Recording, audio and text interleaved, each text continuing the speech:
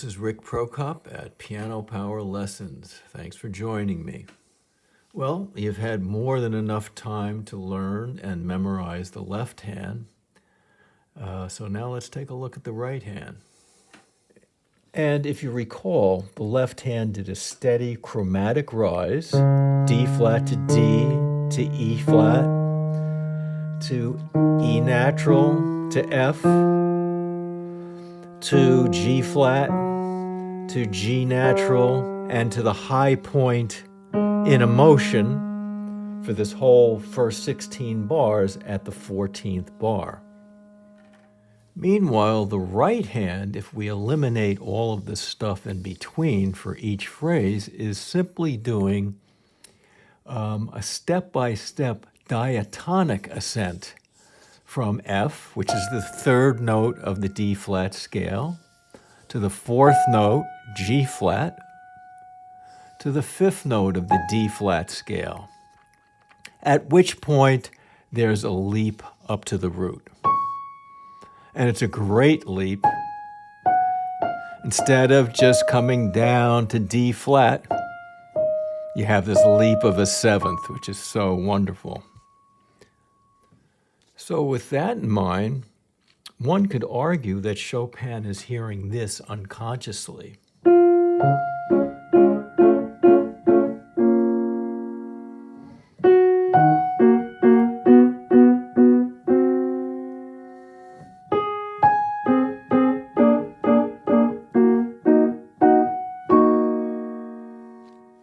And then just filling the rest in as if it were an improvisation. And what I find interesting as an improviser is that all of these other notes that Chopin has filled in with are members of the D-flat scale. Yeah, they're all diatonic in nature.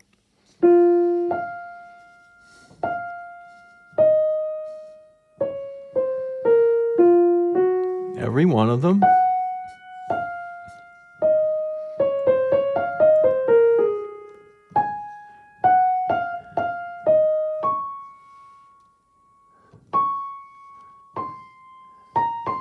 Until here. That's the first non-diatonic note. And that's because at this point, he starts a chromatic descent to the third note of the D-flat scale. So knowing that diatonic notes work really well, you can just fill in the gaps with whatever notes you want as long as you stay within that scale.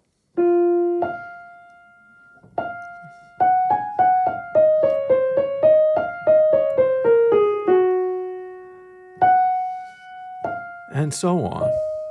All right, so why don't we look down at the piano and try to figure out how to play the notes that Chopin has written. So what I'm going to do now is play that first phrase, or the first 4 bars, counting out loud, and I'm going to add one note. 3, 1, 2, 3, 1, 2, 3, 1, 2, 3, 1, 2, 3, 1. So try that out. Here's the fingering. Thumb, pinky, 4, 3, 3, 2, 1, 3, 1, 2. Now, instead of repeating this E flat, we're going to hold that. So watch how that goes. 3, 1, 2, 3, 1, 2, 3, 1, 2, 3, 1, 2, 3, 1. And when we have the playing of a note on a weak beat, for instance, the third beat, and having it tied or held through the first and second beats of the next measure, that's called a syncopation. 3, 1, 2, 3, 1, 2, 3, 1, 2. All right, so the downbeat, the 1 and the 2 are felt rather than played. All right, so going from the last part of that first phrase, you arrive at this G flat and you pick your hand up. And whenever you move on the piano, you move not like this, but what you do is you lift your wrist up so that the fingers follow the wrist, and then the wrist comes over, and now the fifth finger extends and you drop on that G flat, which is an octave higher. Let me show you that move again. So we have 3, 1, 2, 3, 1, 2, 3, 1, 2. And everything is relaxed then. Now from this G flat, I want you to do this. 1, 2, 3, 1, 2, 3, and 1, and 2, and 3, and 1, 2, 3. All right, now we're going to do the same thing, but we're going to add the syncopation in on that, those two Fs we played. We're going to turn it into one F. So we have 1, 2, 3, 1, 2, and 3, and 1, and 2, and 3, and 1, 2, 3. Let's go over the fingering. We have fifth finger, fourth finger, third finger, 2, 1, 2, 5, 3, 1, 3, 2. Pinky.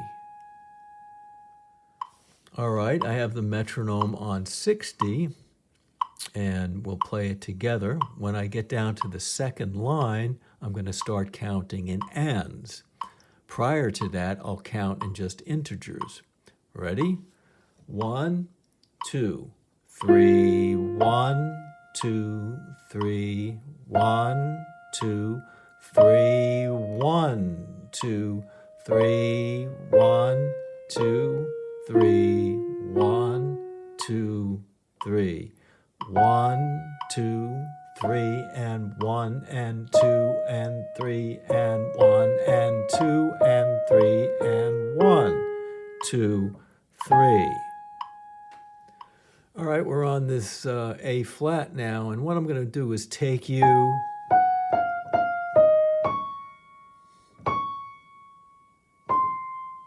to there, okay, which is 1, 2, 3, 4 bars. So we're going to do it again without the syncopations and by repeating those notes. So we're going to start like this. 1, 1, 2, 3, 1, 2, 3, 1, 2, 3, 1, 2, 3, 1, 2, 3, 1. And let's go over the fingering. So we want 5, 5, 3, 2, 2, 1, 5, 5. 5, 5, 4, 3, 5. All right, let's do it from the same A flat. This time we'll add the syncopations. 1, 2, 3, 1, 2, 3, 1, 2, 3, 1, 2, 3, 1, 2, and 3, and 1. Okay, now we're on this C, and it's going to come down chromatically. So I'm going to give you 2 fingerings for that. You could go like this: 5, 4, 3, 2, 1, 3. But you need to put your 5th finger there. Now, when I come down a slow chromatic scale, I prefer to use my thumb and 3rd finger all the way down. That's just my preference. I just feel like I have more control over it and control over each note as I do it. So it's just a personal preference. So let's go from the pickup before that C. Okay? So I'm going to count in and 1 and 2 and 3 and 1 and 2 and 3 and 1 and 2 and 3 and 1.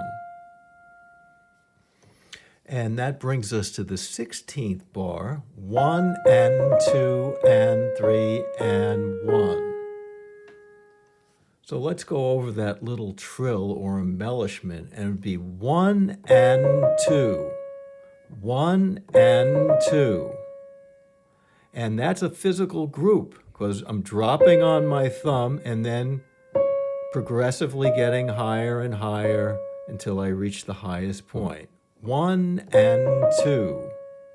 And then we have another physical group, and 3 and 1, with thumb 4, 2, 1. Okay? So the whole thing in slow motion with the physical groups. 1 and 2 and 3 and 1, 2, 3. And that's the beginning of the next 16 bars. All right, now I'm going to play the entire third and fourth phrases with the metronome on 60. We begin on the third beat. Ready? 1, 2, 3, 1, 2, 3, 1, 2, 3, 1, 2, 3, 1, 2 and 3 and 1 and 2 and 3 and 1, 2 and 3 and 1 and 2 and 3 and 1, 2, 3. All right, now I'm going to play the entire 16 bars from the top with a metronome on 80. 1, 2. 2, 3.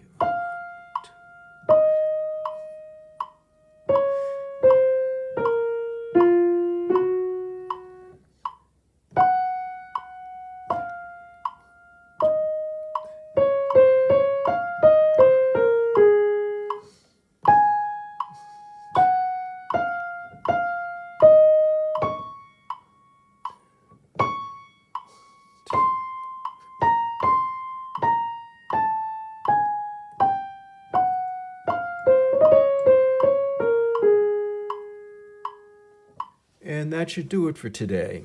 In the next lesson, we'll finish up the last 16 bars, which is very similar to the first.